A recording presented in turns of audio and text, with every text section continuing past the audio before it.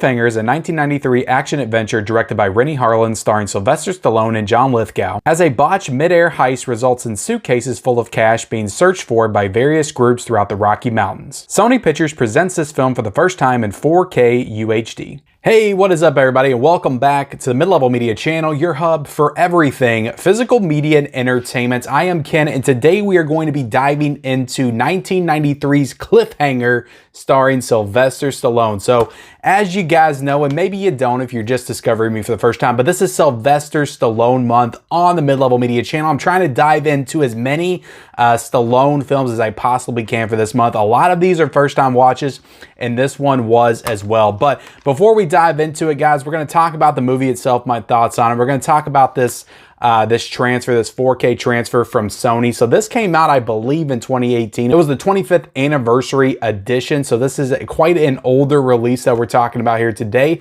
But yeah, we're going to talk about the transfer, the audio, the special features, the packaging. I mean, it's really pretty simple right there. It's just the 4K case. But yeah, I'm excited to get into this one. But before I do that, I want to ask that if you are not yet a subscriber to the Mid-Level Media channel, this is your first time discovering me here on YouTube. If you looked up Cliffhanger 4K review and you saw this face, hit the subscribe button. If you like physical media, 4Ks, Blu-rays, and that kind of stuff, you'll like this channel. We do all kinds of that types of content here, so hit the subscribe button. Also, be sure to like this video and comment down below your thoughts on Cliffhanger. Did you see this when it came out in 1993 in the theater? Did you watch it recently like me?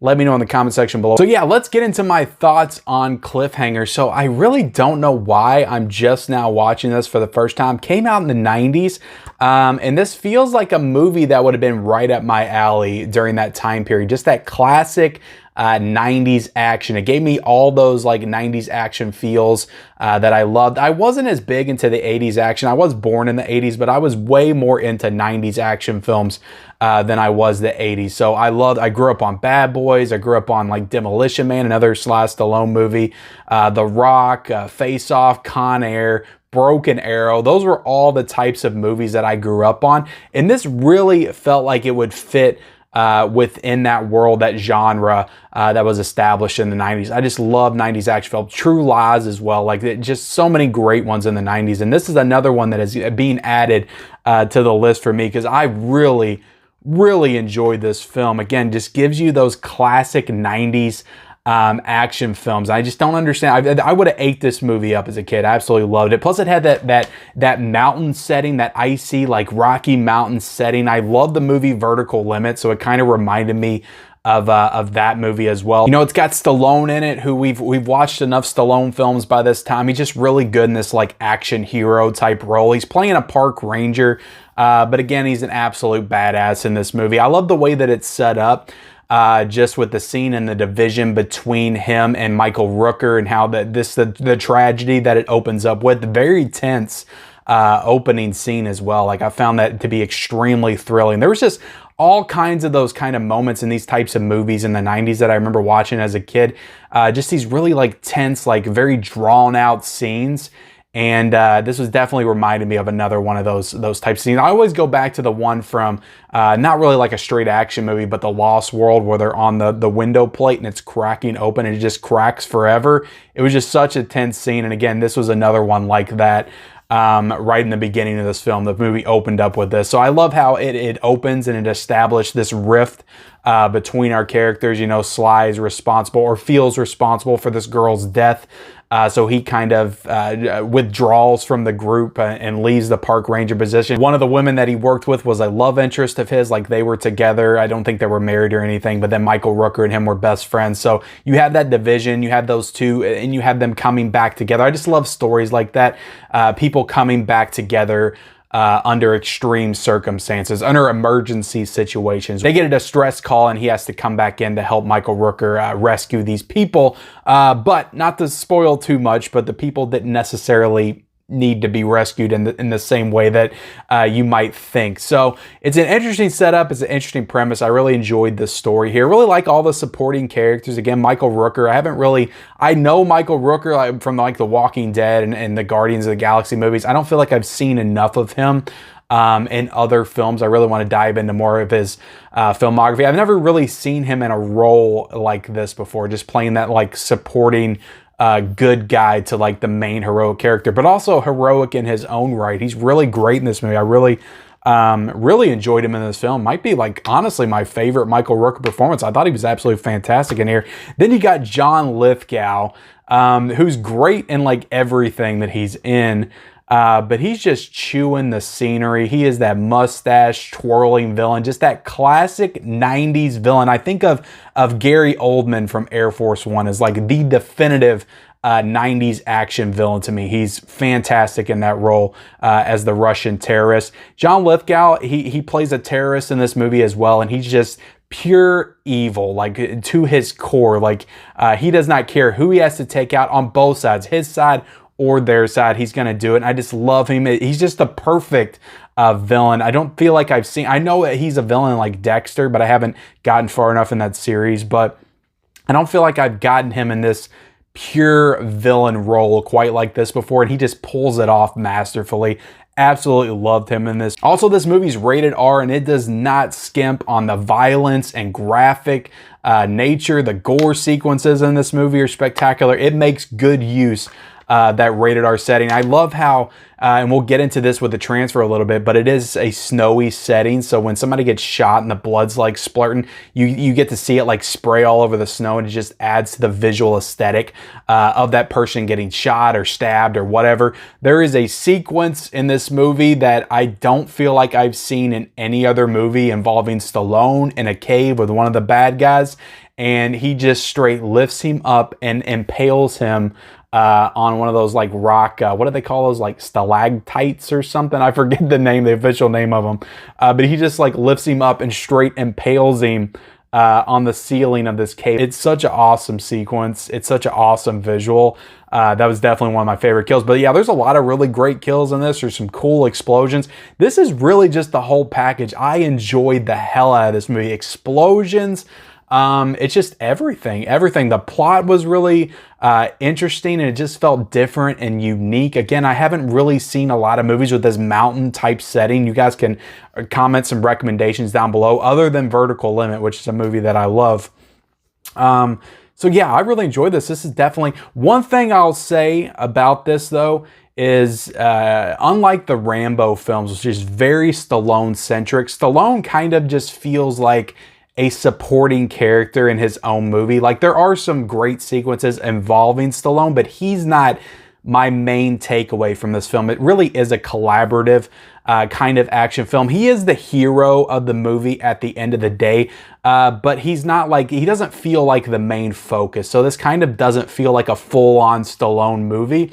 Because he's a part of, many different pieces. So there's him, there's his girl. John Lithgow's a big part of this movie. A lot of sequences with him and his group. Michael Rooker's a big part of this movie. Like there's sequences with him by himself. So it's really an ensemble cast. So it doesn't feel like that full-on Stallone action experience like the Rambo films did. So that is one thing I'd like to note with this, even though I really loved it. But yeah, this is going up there for me as like one of my favorite action movies from the 90s. Again, I love this like I did at Air Force One, Face Off, just all those great Con Air. Like those are just some of my favorite movies of all time, Bad Boys, and this is going to be added to that list for sure. I really enjoyed this. So yeah, at the end of the day, as an actual movie, I got to give this pretty high marks. I'm going to give this a 4 out of a 5. Again, it's not a perfect movie. You do get a little bit of that 90s camp. Like you can just tell with the movie that it was made in the 90s sometimes, just the way the dialogue and the editing is kind of structured. But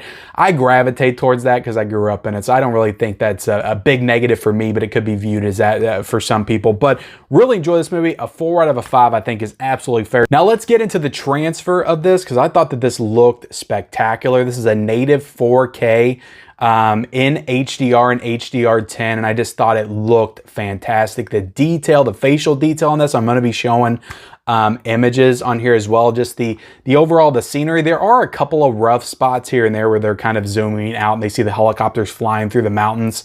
It's a little rough here and there. There's a couple of rough patches, but overall this is a really solid transfer. Not a ton of grain, but again, like I said, there are sequences where it is a little bit grain heavy and you can tell they were having a rough time really fully you know, getting that transfer to where it needed to be. So, but overall, really great. Like I talked about earlier with the blood and the snow, it's such a great visual, just such a great look aesthetically, just giving this film that real like gritty, like bloody, actiony violence.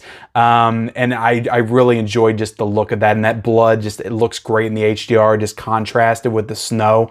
Not a whole lot of scenes at nights or anything like that, so you couldn't really have that level of contrast. But again, the black levels, just everything looked fantastic in this movie. Now, one thing I'll say, and it's not really a negative on the transfer, but you could just tell some scenes and sequences in this movie were on a set. It didn't even look like they were in the mountains anymore. You could just like tell the background was painted. Maybe I'm wrong, but it's just like in some movies when it's outside, it has that kind of like scenic look to it, and it's in 4K, like you can tell it's real. Everything looks great. But in this one, it just, when you got that extra level of detail, you could just tell that the background wasn't real. Somebody can correct me if I'm wrong. Maybe this was filmed all outside. I don't know, but it just looked extremely fake in some parts. So I'll say that. But again, that's not really a knock on the transfer. The transfer is fantastic. So that high marks for the actual transfer. Now, getting into the audio, this isn't Dolby Atmos and also True HD 7.1. So I don't have that full setup, and just listening to it on a soundbar. So everything sounded great. I absolutely love the score in this movie. It was fantastic. Yeah, everything sounded great there. Now, getting into the packaging a little bit, I love the, I think this is the classic poster for the movie, but I love that poster right there. This is from the beginning with Stallone kind of hanging on there, shirtless, obviously, because you got to show off the muscles. And then back here, we got all the specs and the special features and all that stuff. So I wish I would have got this when it came out. I was really on the fence about getting it when it came out, and I just didn't get it. I wish I would have, because I would have got that slipcover, but I still got it, you know, anyway. And, you know, on the inside, you got the blue disc for the Blu-ray, and then you got, I do like how they match. It's just one blue and one black. I think that's pretty cool. I do have a digital code in here, which I'll show right there for you guys. It says it expired in 2020, but if it works, if anybody can get that, you know, you can try for it. But I don't want to do like an official giveaway if it doesn't work. But yeah, it says it expired in 2020, so who knows. Getting into the special features, there's some good special features in here, but they're very old. I think all the way back from like the DVD releases of this, because they looked like they were in just like standard definition. So I don't think that these were Blu-ray special features, just judging by the look of them. But again, I could be wrong. But yeah, some good special features. You had an introduction with the director, Renny Harlin, which Renny Harlin, I definitely knew that name, but then I was looking into his filmography. He directed Die Hard 2 and Nightmare on Elm Street Part 4, which is like one of my personal favorites of that franchise. And that was one of his earliest films. So he's directed tons of other stuff, but those are definitely probably two of the more notable films. So he did a great job directing this one as well. Commentary with Renny Harlin and Sylvester Stallone. Didn't get a chance to listen to that, but I'm sure that's an interesting commentary. You also get Stallone on the Edge, the making of Cliffhanger, which I found to be interesting because you had Stallone talking about Cliffhanger, and he was still wearing the police outfit from Demolition Man, because Demolition Man and Cliffhanger both came out in the same year, which is a great year for Stallone for sure. But yeah, I found it funny. He was wearing that police costume, the same police outfit from Demolition Man, where he's talking about Cliffhanger for the special features. So yeah, this was a great release. This is a great release. No new special features, which is disappointing because none of these are new.